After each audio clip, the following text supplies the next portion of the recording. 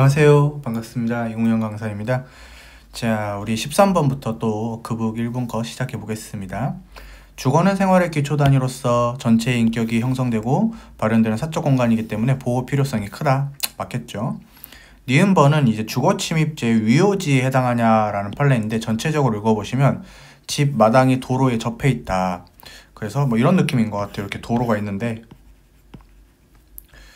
출입을 통제하는 문도 없고 기타 인적 물적 설비도 없대요. 그러니까 시골 같은 경우이죠. 그래서 바로 마당이 있나 봐요. 그 다음에 이렇게 집이 있겠죠. 이렇게 된 게 손으로 두드렸는데 똑똑똑. 주거 형태와 용도, 성질 여러 가지를 고려하면은 이런 형태는 벽도 없고 담도 없고 문도 없었기 때문에 그 위요지에 해당하지 않습니다. 그래서 위요지에 해당하지 않기 때문에 이렇게 들어갔더라도 주거 침입에 해당하지 않는다라는 뭐 형사법 판례에 가까운 내용이죠. 그래서 틀린 지문입니다. 디귿번 공판정에서 진술하는 피고인 증인도 인간으로서 존엄 가치를 가지며 특 사생활의 비밀과 자유를 침해받지 아니할 권리를 가지고 있다. 본인이 비밀로 하고자 하는 사적인 사항이 예를 들어서 뭐 공판정에 증인으로 나와가지고 뭐 막 사람들이 계속 말을 시키면은 말하다 보면 본인의 민감한 부분이 있을 수 있잖아요. 그러면 말하기 싫을 수도 있다. 그래서 일반에 공개되지 않고 자신의 인격적 징표가 타인에 의해서 일방적으로 이용당하지 않을 권리도 있다. 맞고요. 4번 그 국가가 갑이라는 사람한테 너 탐정하지 말라 이랬어요. 그러니까 사생활을 캐는 거 직업으로 하지 말라 그랬어요. 그럼 이때 이 사람의 사생활의 비밀과 자유가 제한이 되나요? 아니죠. 이 사람이 살고 있는 모습이나 아니면 사생활을 들여다보는 게 아니라 이런 남의 사생활을 캐는 걸 하지 말라, 그걸로 먹고 살지 말라라는 직업의 자유 문제겠죠. 그래서 이 판례는 직업의 자유 제한이고 뭐 궁금하실까 봐 알려줬겠지만 침해는 아닙니다. 그래서 특정인의 사생활 등을 조사하는 것을 업으로 하는 행위를 금지. 직업으로, 업이 이제 직업이죠. 업으로 하려는 자의 사생활의 비밀과 자유는 제한조차 안 된다. 그 다음에 미음번 대체복무 요원들이 어디에 계시죠? 그 군대를 이제 양심적 병역법으로 통해서 이제 군대를 안 가고 이제 그 교도소에 있어요. 교도소에 있기 때문에 공용 공간에 CCTV 설치하는 것은 헌법 위배되지 않는다는 판례입니다. 자, 그러면은 적절한 것을 골라야 되니까 기억과 디귿 두 가지가 되겠죠. 2번이 답이에요. 그 다음 14번 우리 교도소장이 수용자가 정신과 진료할 때 이제 뭐 간호직 교도관을 입회시킬 수 있습니다. 이 정도는 헌법이 위배되지 않는다.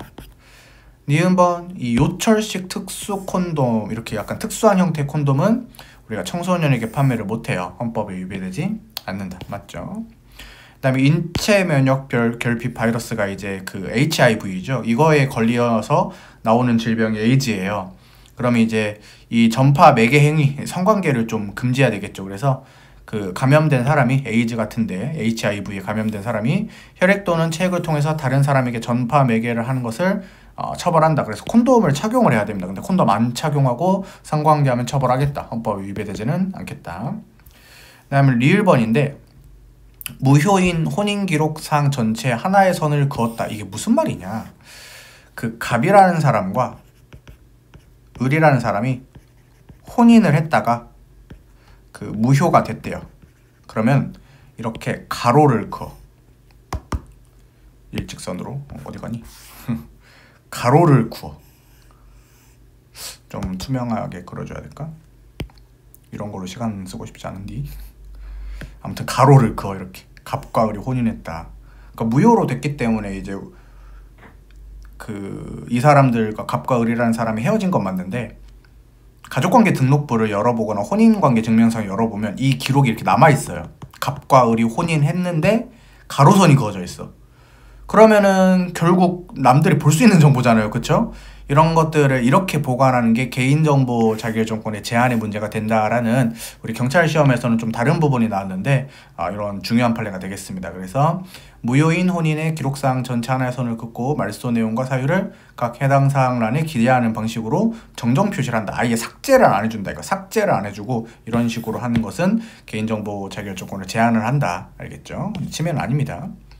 그 다음에 감염병 전파 차단을 위해서 개인정보 수집을 할 때 수권 조항을 만들었는데 코로나를 방지하기 위해서 헌법 위배되지 않겠죠. 그래서 침해하지 않는다. 다음 17조가 보호하고자 하는 사생활 영역이죠. 이건 공적의 영역의 활동은 다른 기본권에 의한 보호는 변론으로하고 사비자가 보호하는 것은 아니다. 그래서 17조는 사생활의 비밀과 자유를 보호하는 것이다. 이해되셨어요? 좋습니다. 그래서 뭐 적절한 걸 고르야 하니까 니은번, 리을번, 비읍번 해가지고 3개가 답이 되겠죠. 네. 15번 감청이라는 것 자체가 통신을 제한하는 거예요. 그래서 통신의 비밀에 대한 침해 행위 중에 한 유형이죠. 국가가 이렇게 감청하는 게, 아니면은 뭐 모르는 사람끼리 이렇게 녹음 녹화하는 게. 감청의 대상으로서 전기통신은 흐르고 있을 때 통신 중에 이것을 간섭하는 걸 간청이라 하기 때문에 헌법상의 통신 개념을 전제로 하고 있다. 그래서 와장창창 틀린 지문이 되겠죠. 2번 인터넷 게임 방송의 방송자가 비밀번호를 설정했어요. 그러니까 들어오게 하고 싶은 사람들만 비밀번호 알려준 거야. 그래서 비공개 조치를 취한 후 방송을 송출했습니다. 그러면은 내밀한 부분이잖아요.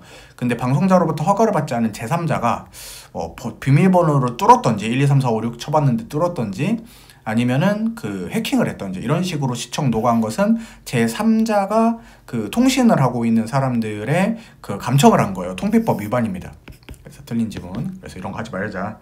그 다음에 대화가 원래부터 참여하지 않는 자들이에요.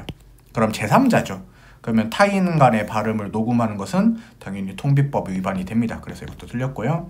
4번 합헌 키워드 방송통신심의위원회가 이런 위험한 사이트나 아니면 음란한 사이트 뭐 895개라고 나올 수도 있겠지만 이렇게 접속 차단을 요구한 행위는 헌법에 위배되지 않습니다.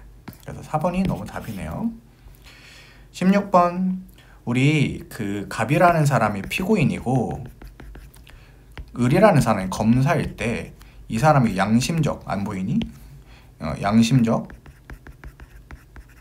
병역 거부를 하게 되면은 사람의 마음을 어떻게 들여다봐요. 그래서 검사 입장에서는 1번 지문처럼 직접 객관적으로 증명이 안 된다. 그래서 간접사실이나 정황사실을 증명해야 된다. 간접사실이나 정황으로 이제 증명해야 되고 직접으로는 불가능하다. 어떻게 사람의 마음을 들여다보겠어요. 그래서 그 갑도 그 자신의 양심을 증명할 최소한의 증명 책임은 져요. 여러분들 뭐 형사법 배우면 알겠지만 웬만하면 검사가 증명 책임 있잖아요. 근데 양심적 병역 거부라는 것은 양심에 아주 안 보이는 문제이기 때문에 피고인도 약간의 최소한의 증명 책임은 진다. 그래서 맞는 지문. 그 다음에 여러분들 이번은 쉬운 판례죠. 시험을 뭐 토요일날 보든 일요일날 보든 합헌입니다. 그래서 간호조무사 국가시험 뭐 토요일날 정한 거 헌법이 위배되지 않는다. 3번 방송사업자는 법인이에요. 그럼 국가가 이렇게 방송사업자에게 사과를 명령하죠. 물론 사과를 명령하는 게 양심의 자유 침해는 맞는데 방송사업자인 법인은 양심의 자유의 주체가 될 수가 없어요. 만약에 법인의 대표자 이런 식으로 나오면 맞을 수도 있는데 법인은 양심의 자유 주체가 안 됩니다. 그래서 법인은 양심의 자유 주체가 안 되기 때문에 양심의 자유를 침해한다. 틀린 지문이에요. 이게 이제 경찰관부 시험에서 나왔기 때문에 이걸 정리를 좀 잘해주면 좋겠고요. 다음에 4번 그 종교적인 기관, 예를 들어서 이렇게 종교단체가 있는데 크게 있는데 종교단체가 크게 있는데 거기 뭐 목사님인지 스님인지 신부인지 모르겠어요. 그래가지고 그 갑이라는 이제 그 어떠한 그 종교 지도자가 신도들한테 그 구성원들한테 선거운동을 하거나 할 게 할 수 없도록 한 거예요. 그러면 종교적인 교리를 전파하는 게 아니죠. 그래서 종교의 자유는 제한조차 되지 않습니다. 그럼 이제 뭐가 제한이 되냐면 정치적인 문제를 하지 말라 했기 때문에 정치적 표현의 자유가 제한이 될 수는 있습니다. 여러분들 교회나 성당이나 절에서 이렇게 정치 막 해가지고 선거운동 누구 찍어라 말라 하면 안 되겠죠. 그래서 정치적 표현의 자유는 제한이 되지만 침해는 아니다. 선생님, 목사님들이나 뭐 신부님들이나 뭐 스님들 그런 얘기 할 수 있는 거 아니에요? 아니면 안 됩니다. 우리나라는 종교와 정치를 분리하고 있기 때문에 헌법 규정이에요. 그래서 좀 위험할 수 있다. 알겠죠? 그 다음에 금지처분 판례네요. 그래서 나머지 금지네요. 종교의식이나 행사에 참석할 수 없다. 그래서 금치기간 중 이런 종교행사 참가 금지하는 거 헌법이 위배되지 않는다. 맞습니다. 그 다음에 17번 1번은 조금 그 방정맞게 읽어야 되죠. 누구든지 선거일 전 180부터 선거일까지 선거에 영향을 미치게 하기 위해서 화환을 설치하는 것을 금지. 요즘 이런 비슷한 판례들 엄청 많이 위헌으로 나왔는데 꼭 잘 체크해 두시고요. 1번, 2번 틀렸네. 그 다음에 여러분들 2번은 중요한 최신 판례인데요. 사실을 적시해서 후보자를 비방한 사람은 처벌하는 것은, 이게 후보자 비방죄거든요. 공직선거법상. 명예훼손죄가 아니에요.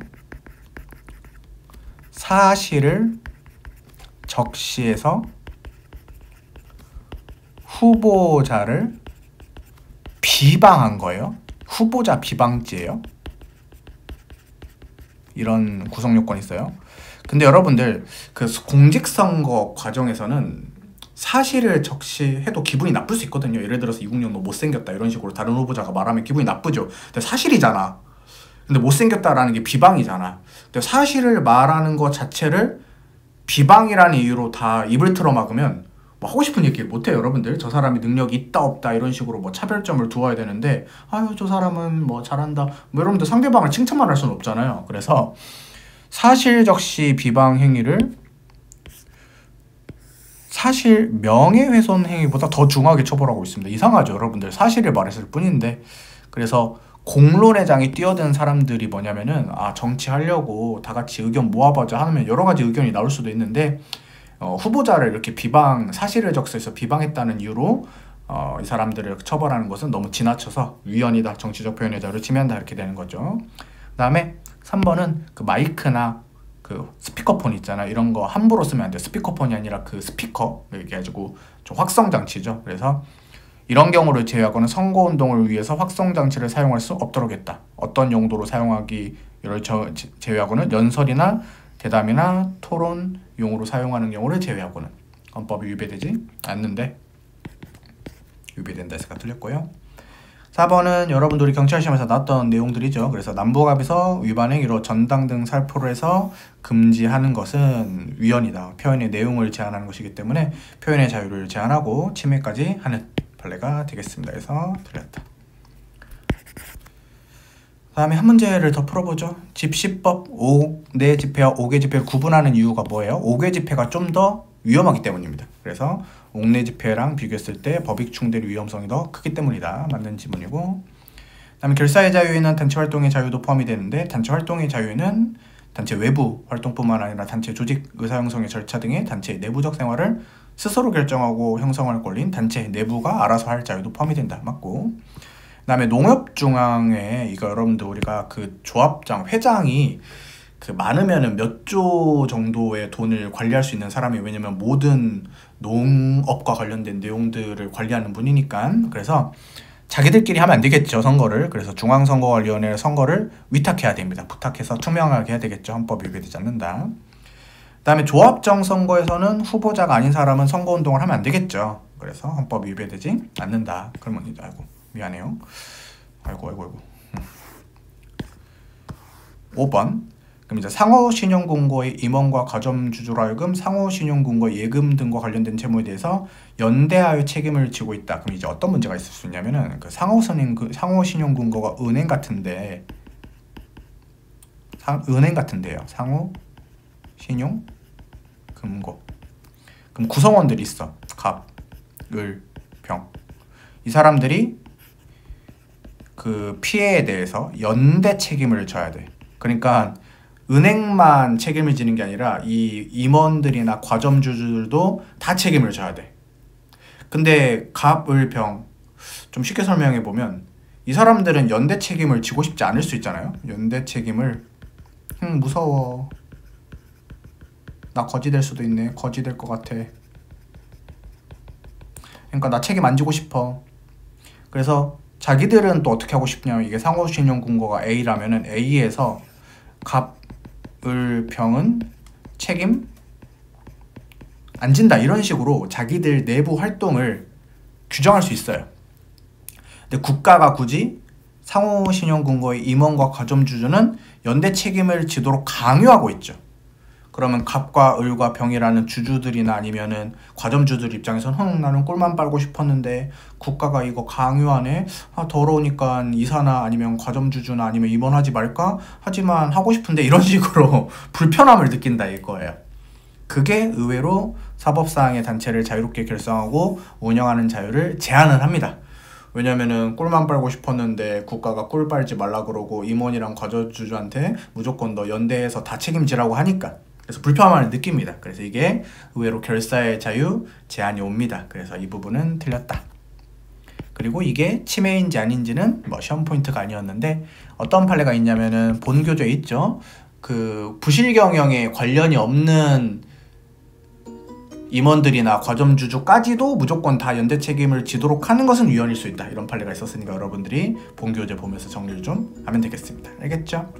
네, 그러면 5번이 답이었기 때문에 여기서 마무리 짓고요. 나머지는 또 계속 연결해서 볼 수 있도록 하겠습니다. 고맙습니다.